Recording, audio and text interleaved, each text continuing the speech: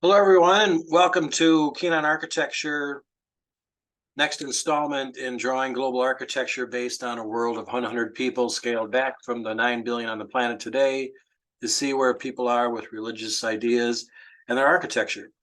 So today we're visiting Cambodia and a complex called Angkor Wat. So if you can find that on your PDF and print that, have it ready to draw, we can start. If not, then simply screen capture this and then print.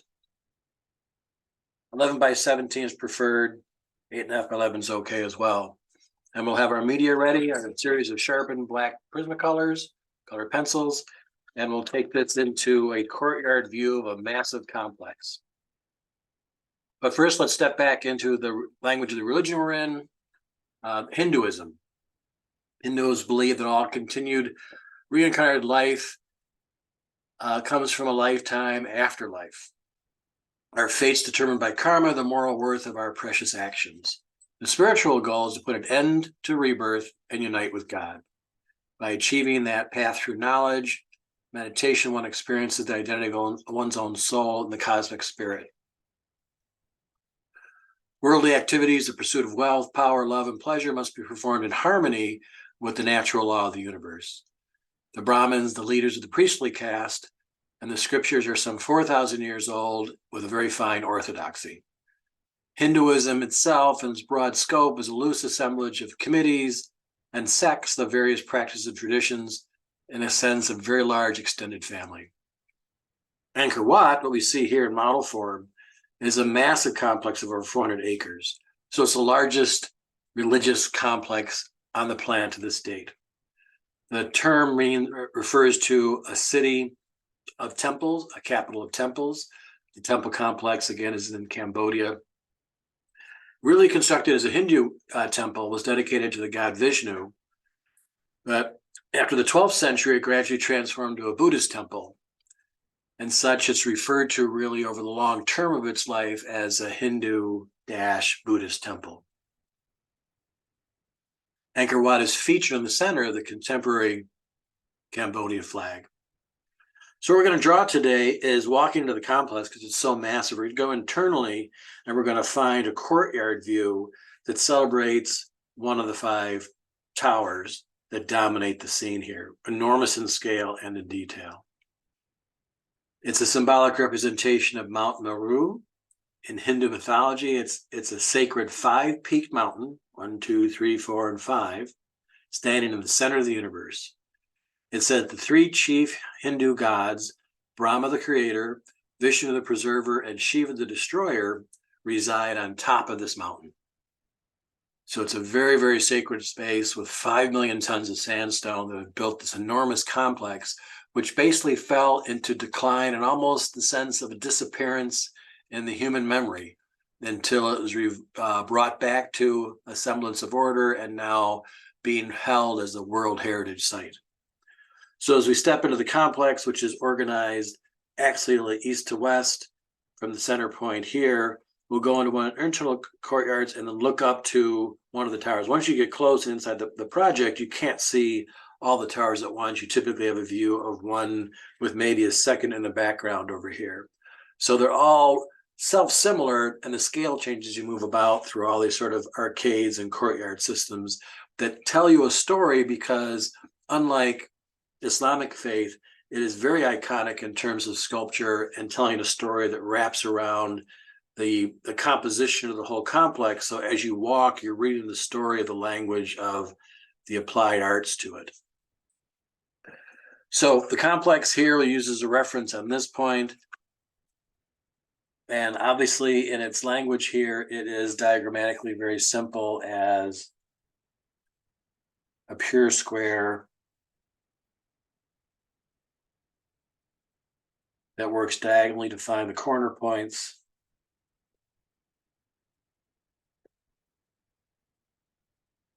And the directional axes east to west, and then inherent breakdowns from that as we rotate the square inside the square. And again, as it builds in toward the centerpiece. So very formalistic, very biaxial in its symmetry, It has a lovely cadence that brings us up to that central point of the major of the 5 towers internally.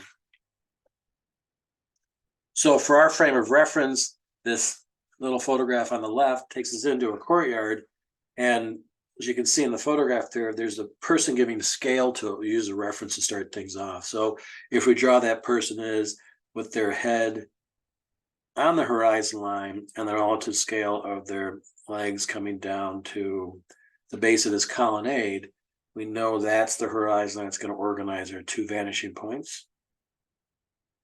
And because since we're within a space, in a sense, this courtyard we're in is an interior room, one point for an interior is always seen inside that box of the space. So the horizontal lines here on the left will bring us back to that point of reference of where the horizon line is, and our person is just to the right of that. So all these horizontal lines are going to meet at that one point. Same is true for the ones in the tower. So we get the left turning aspects of the tower coming back to that point as well. And the right point, you can tell then from the top of the arcade, the enclosed area for the walkways, those are horizontal lines, but they're going well off the page to the right as they complete their sweep down to the horizon line, probably about 12 or 14 inches off to the right of the paper. But again, we have to be aware of that, otherwise we'll flatten out the volume. So even at the base here where we have the bottom part shaft of that colonnade wrapping around a courtyard, that'll come to a certain point and then move back in the opposite direction to complete the court at the base. And we'll articulate that as we go along. Now, what's going to change in this is we're so close to the information, because a lot of times up to this point, the subject could be further afield in a distance. And so all the parallel lines vertically all remain kind of true and vertical to the paper. Then as you come closer to our vanishing point, they will also remain mostly vertical. But what happens when you move close to a subject in perspective, there's actually a third point that's introduced, and that's hence what means the 3 dimensions, is that you got length and width as well as the height. Mostly the length and width, the left and right point dominate. When you come close to an object, you start to see, if we kind of draw it over this photograph here, all the vertical lines, if you extend them up into the sky, they're all converging on yet a third point. And that third point is very, very far away, but you want to recognize that, because then no lines that are vertical on the edges of your information are purely vertical, because they're going to meet at a point well off the page. So in order to get that movement, we're going to lightly show where that last vanishing point is up in the sky.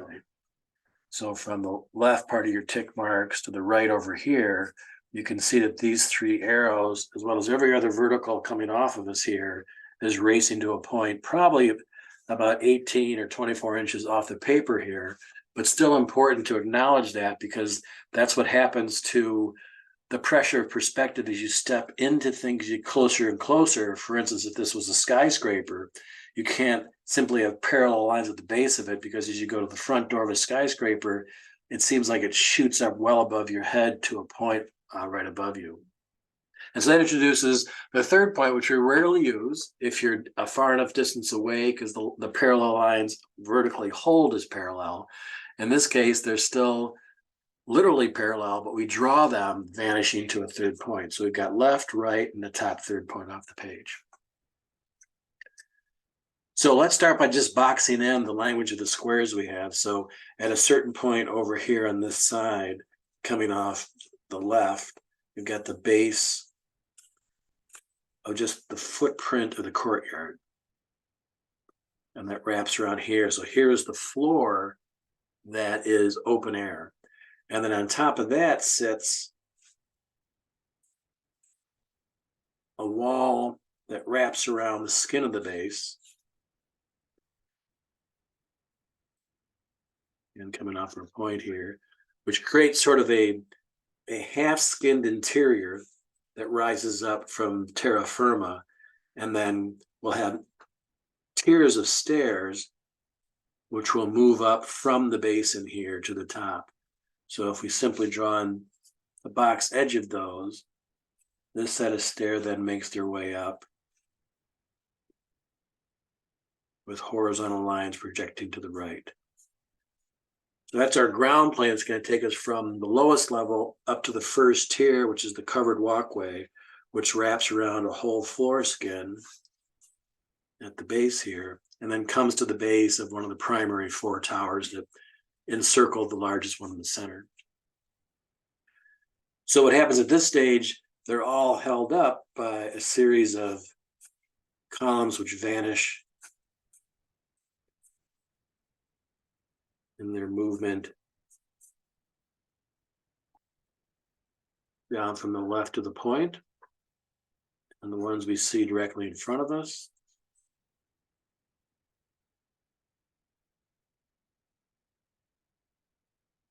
Move across, and they're eclipsed by a entablature, and then a pitched roof back. So now we've built on top of our half wall walkway up to the raised deck where our individual person was standing before. And then there's a little bit of a roof line we'll see angle down here. And it pops up, and the next roof then carries us up to the height of the covered terrace, which links things together. So inside the courtyards, there's a series of smaller movements of transportation for the pedestrian to move about the complex if it's inclement weather, or out on the skin if it's open air and suitable for walking. When that comes to this corner, it reaches out to the side that comes to the left of us. So the same language here makes its turn. And at those junctures, there are other block-like forms which animate and are decorated for the turning of a juncture between two right angles. So it's sort of a link between the leg that projects to the south and the one that projects to the west here in front of us. We'll come back and detail that. We want to box out over here the base that supports the big tower on the right side. And so what'll happen is they'll come up also with tiers of space. And so we've got, instead of the wall at the base here, that's picked up after a certain point to the right, but now the structure of the tower itself comes down to a series of engaged columns which ratchet up the front cornice of this. And then each stage steps away and gets small as it reaches sort of the mount of each tower. And that comes down to a series of staggered terraces which build up from this side, and then it's crenellated the whole way. So it's a box that turns the corner, another box, and that turns the corner, another box, and that turns the corner. And this keeps stepping over to the one closest to us, and then back to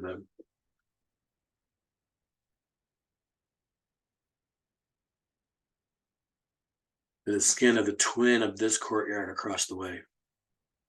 So a series of these staggered boxes then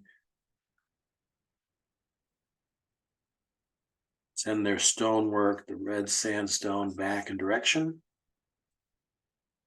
And this side, it breaks and moves in this direction. In front of us, back to the right vanishing point.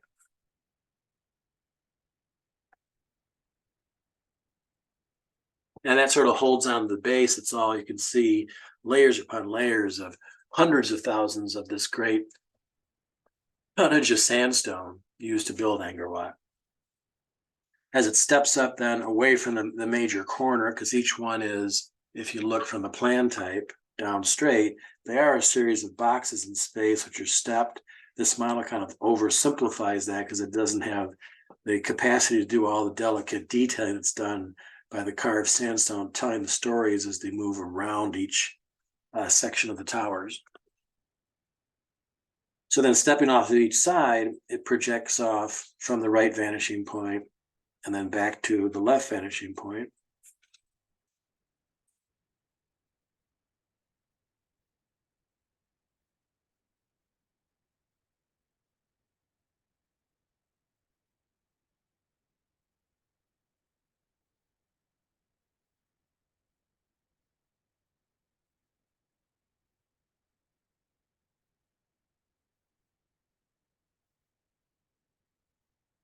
and then staggering down with the exterior skin of the sculpture, steps away from the architecture. And the sculpture itself tends to make the orthogonal quality of all the courtyards being all 90-degree orientation, and kind of makes it more organic in terms of the figures and the diagrams and the natural types of architectural detail. Kind of decomposes the rigidity of the structure. So in the corner, it's more apparent, and it lets itself out to something a little bit more abstract toward the edges as it tells the story of the faith.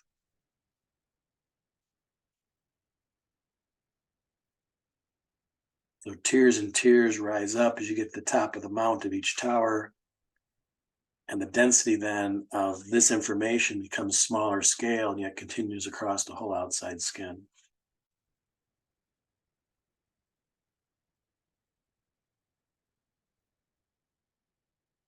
And now we repeat this line on this side as it comes down and meets its covered aperture for the walkway below.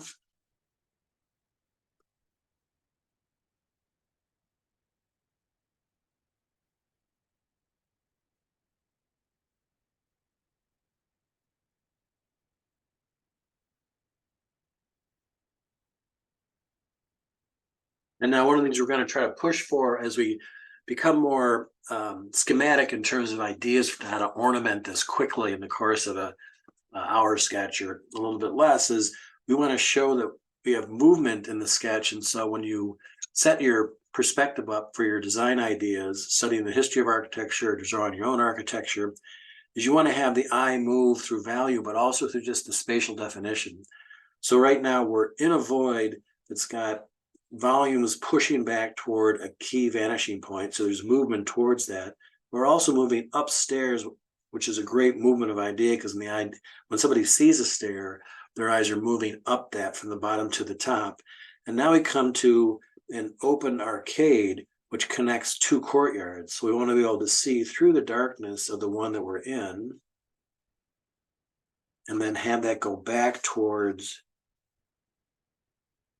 the opening on the other side, which is twin to it. So we're going to see some of the arcade through this one. So there's the skin of this arcade, it repeats itself a small dimension away, and then it opens up to another courtyard, which means there's a horizontal line at the base of that courtyard. And then we see yet another type of arcade in that distance, and an even smaller scale. So we'll have the line work of that kind of sketched in to move the eye from this space to this lit part of the walkway, to the covered shadowed part, to the lit part of the courtyard, to the covered shadow part. So we're in a space of about 1.5 inches, we're going to walk people dimensionally back deep into the sketch. And that's always a good feature to set up perspective such that there's structural movement in your line work, as well as when we'll see when we're done with the value, how the value will push people back in space too. So this piece ends here, and then a larger block comes back towards the corner.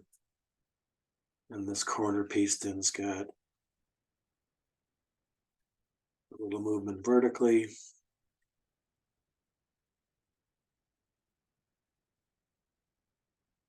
And then to show beyond the actual skin of the columns that support the loggia that wraps around the courtyard here, we'll show the front face of these blocks receiving more light.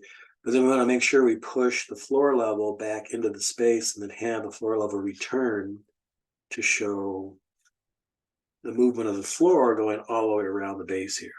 So whenever we have that type of columnar type of feature, you want to set that down and show the bit of a long hall on the other side of that coming back.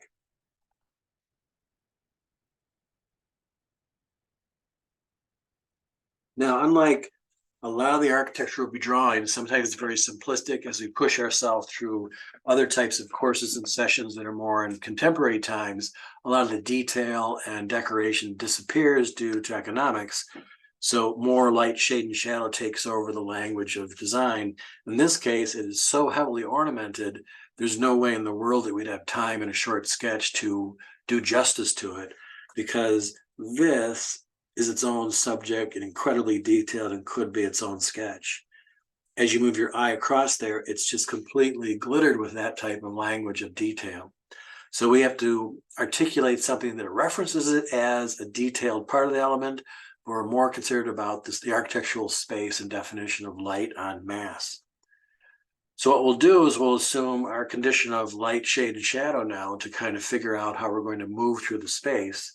So let's take, for instance, if this is one courtyard that faces a certain cardinal direction, pick the one that's got the dominant sun. So in our case, what we could do is say we're going to, from this face of it, which is a box, another side of the box here that's curling at the top, we'll say that the light area is on the left side. So everything over here, basically down to this point, will remain light, and then all the zone that doesn't face that will receive a tone.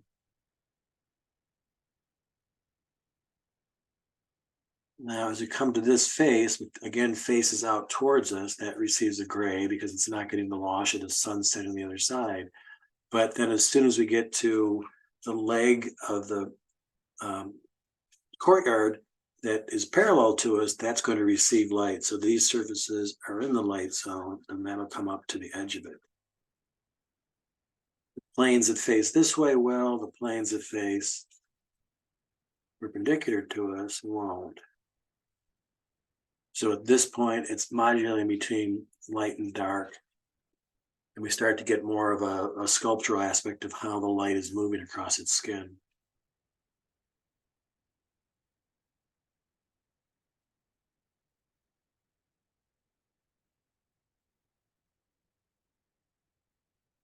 So when you look at the language of all the kind of movements of space beneath these columns and piers, at the lowest level here, there's actually chambers of light, shade, and shadow. So inside those spaces, it becomes darker for us as we move around these columns.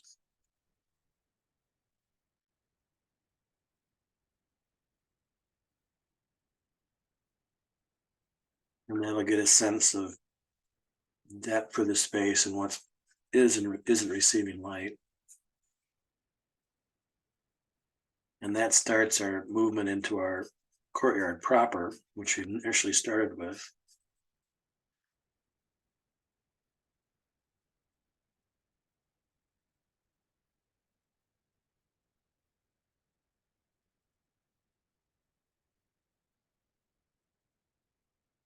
And so that's that important what you want to hold back in that secondary courtyard to take us from the lit space to a darker space to the lit space. So at the base of this, doesn't receive light at all, we have the cast shadow of that ceiling onto that walkway. And that finished that kind of boxed out space.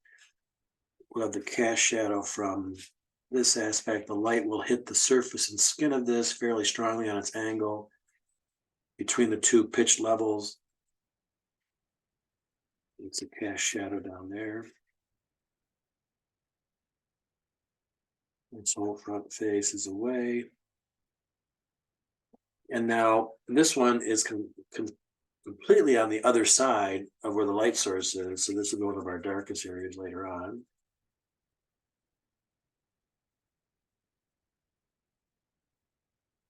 The same is true for this pitched roof over the walkway, receiving a minimum amount of light.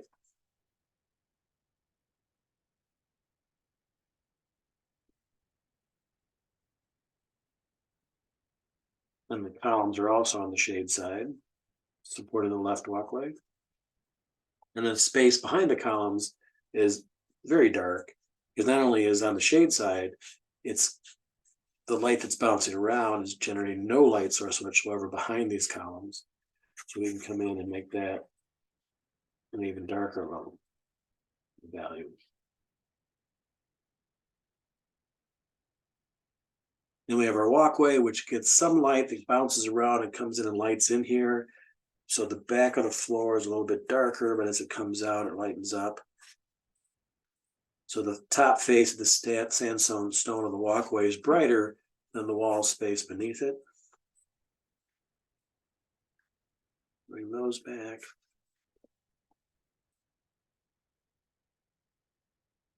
Yep, here in the corner, you see the front face of these receiving some light, but then beyond our stare, we can define that a little bit since it's open tread here. You see the edges of those treads, and then probably an angular cast shadow comes down to show that depth and change, and does that again with the stare covering up and casting a shadow at that point.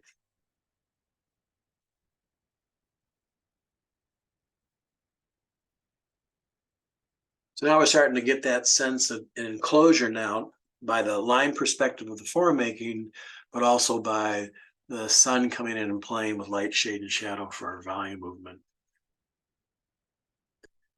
Okay, these pieces over here will have the face of the blocks, which face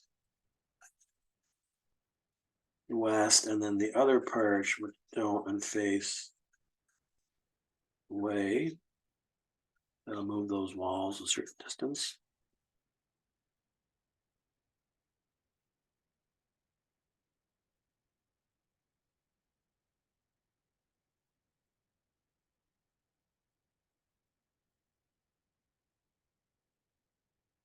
And the tiling here, since it's close to us, we can show a little bit of the movement of the tile stone.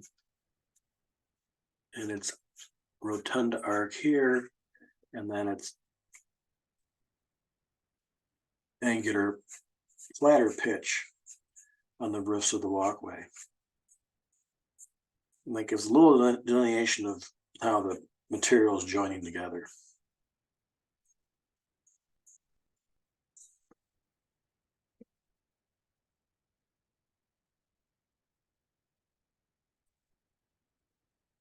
Again, that kind of tile work.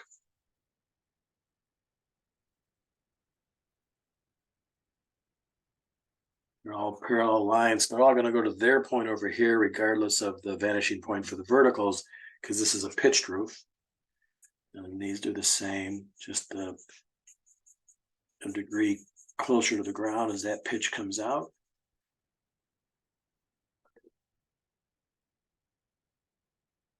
And now we'll do a little profiling of the edge. So if you're in front of the subject matter and you see all the crenellated view of all the architectural detailing in the sculpture area, again, it's a figurative subject, but it's not identified in the literal quality for us. We're simply going to take the graphic language of it and show how decorative is the top, and it becomes a bit more architectonic once we leave the outside edge of the story and then move in towards the columns that support all this. And we can do that by showing the sun side and the shade side, and the sun side and the shade side, these columns that are supporting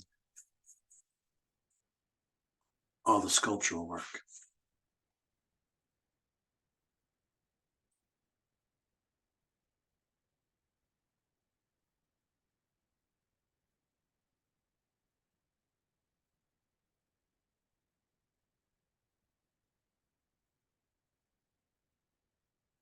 And then every tier that goes up gets sequentially smaller as it goes to the very finial of it.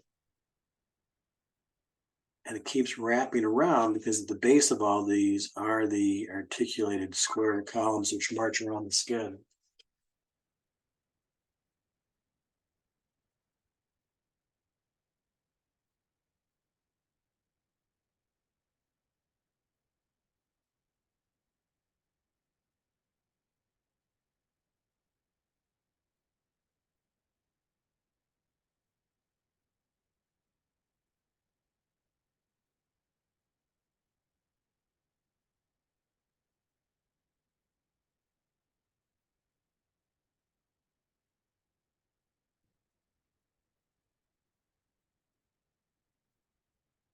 So next is to get some type of cloud cover or movement of the sky beneath it to help the building come off the page. And so we'll simply take a pattern of movement of clouds, which will drift. Again, not in the easy lineal pattern, but in sort of a nebulous form with the clouds up top. And you start with shaping the patterns you want to move across the sky.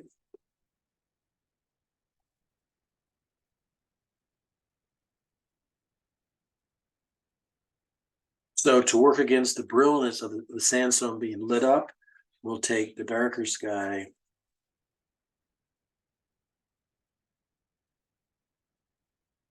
up to its edge over here at the base, and let that kind of move from lighter gray over here to a darker gray by the light of the tower. We'll do the same for this section of it.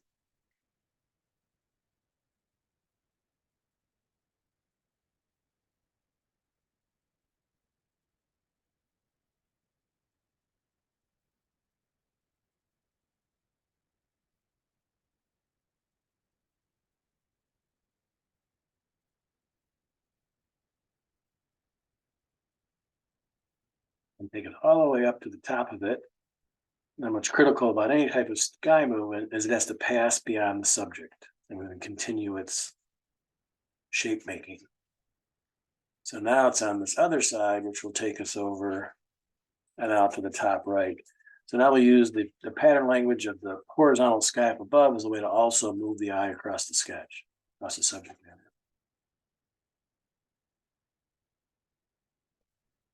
That's a start here to show that definition. Sometimes it's nice to have the sky go deeper and darker as it approaches the horizon line. So we'll take it in and make it nice and dark right at that corner. Then help pull this part of the courtyard closer to us. We don't want to take information that's exotically black and white toward the upper left here, because that competes with keeping our subject down here in kind of the middle third of the drawing. This is less important on the right. We can kind of simplify this and just have it trail off with its column and then an opening.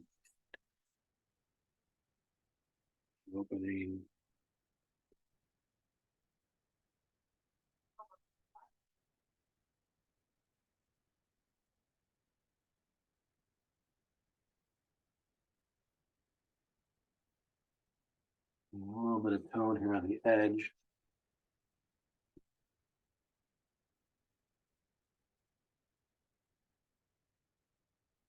And now we're going to kind of pull in our detailing to come to this center third and make sure we've got all of our line work and fairly sharpened pencil towards the end here, which talks about, again, the idea is it holds space. So what part of this top here, this edge, has a great value to it, is going dark right at the edge of all those tiles, where it starts to meet the definition of temple top itself. And then that kind of profile keeps making its way up and around the inside part of our sketch. And you can have some of it trail out into the language of the architecture as it moves around, but don't take it across the whole sketch, just make it stronger on the light side.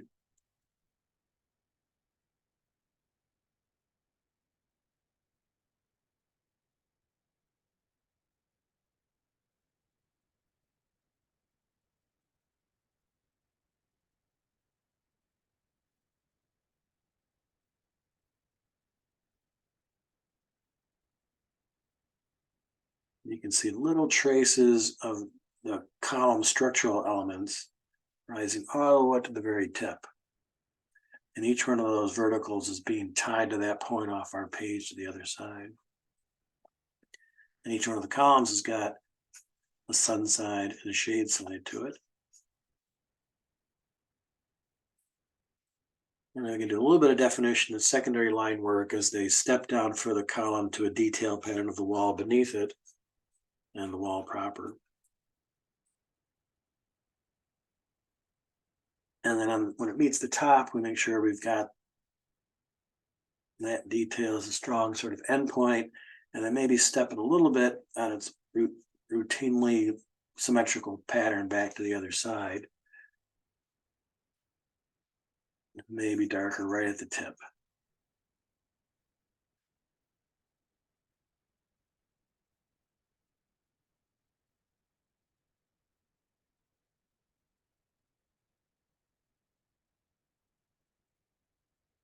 So we'll take this around the side here as we come to this aspect. This one piece of detail in the foreground actually foreshadows the Twin Tower, which is right at the base here. So this tower stops here, and we see a smaller version of this in the distance. So that will simply gray out. But coming over here, it will reach its height again with a secondary tower stepping down.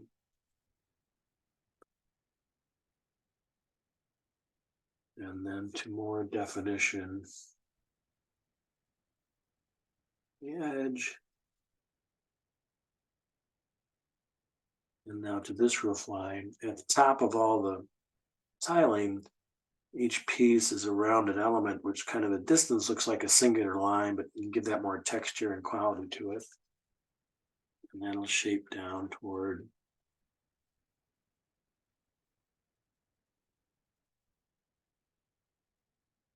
these. And now we'll move our line work into the space. And so we want to be able to show that at the base of this fascia, that's the darkest part of the inside behind the column, so we can go deeper back in here and show a little bit more information of light and depth behind here, so you create some intrigue in secondary spaces.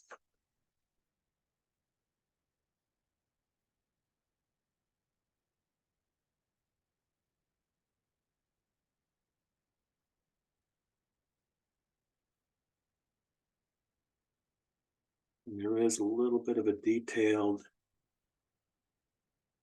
sculptural top to this formal entry on this axis. So sort of the set, once you're in the courtyard, this is the center line. It's off that point. If you were to articulate the center of the courtyard, it would be right down this axis point. So we could come in and show the change of tiling, which creates a square within a square in there.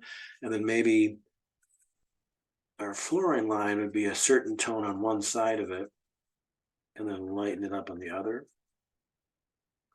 Just to sit that down a little bit more. Our individual here with their head,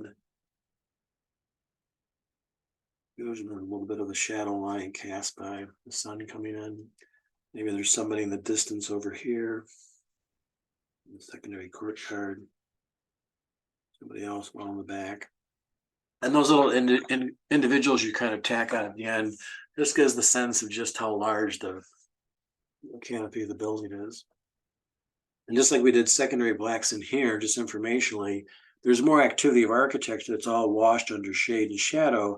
But if you simply put darks within the darks, it gives sort of an abstract version of how to animate that space back there to show that there's more than just one plane of value. Same is true for back in these spaces behind these columns.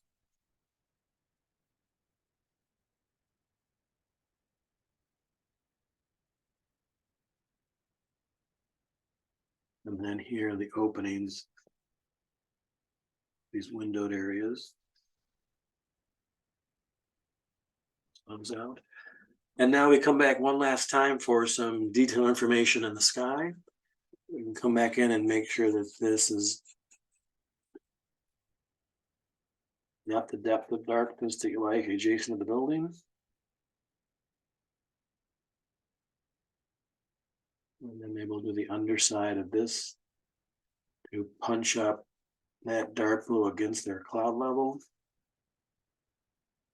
Which right now is just kind of plainer, but the darker this gets, the brighter the cloud becomes at the top and a little bit less at the bottom. So it seems it has that bulbous face. If you want to put a really light gray kind of in the center of it, you can kind of create shapes within the column, excuse me, the cloud up top.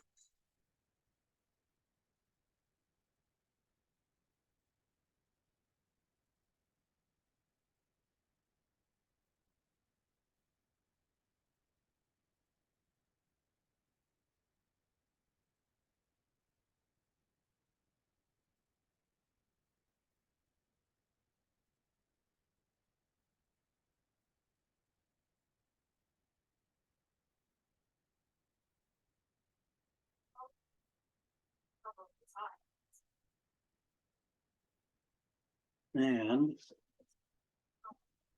that's about the last definition of the Hindu language here at Angkor Wat. If I give you some explanatory types of quotes about this, people write about this from the 20th century looking back and realizes this attains a classic perfection by the restrained monumentality of its finely balanced elements and the precise arrangement of its proportions.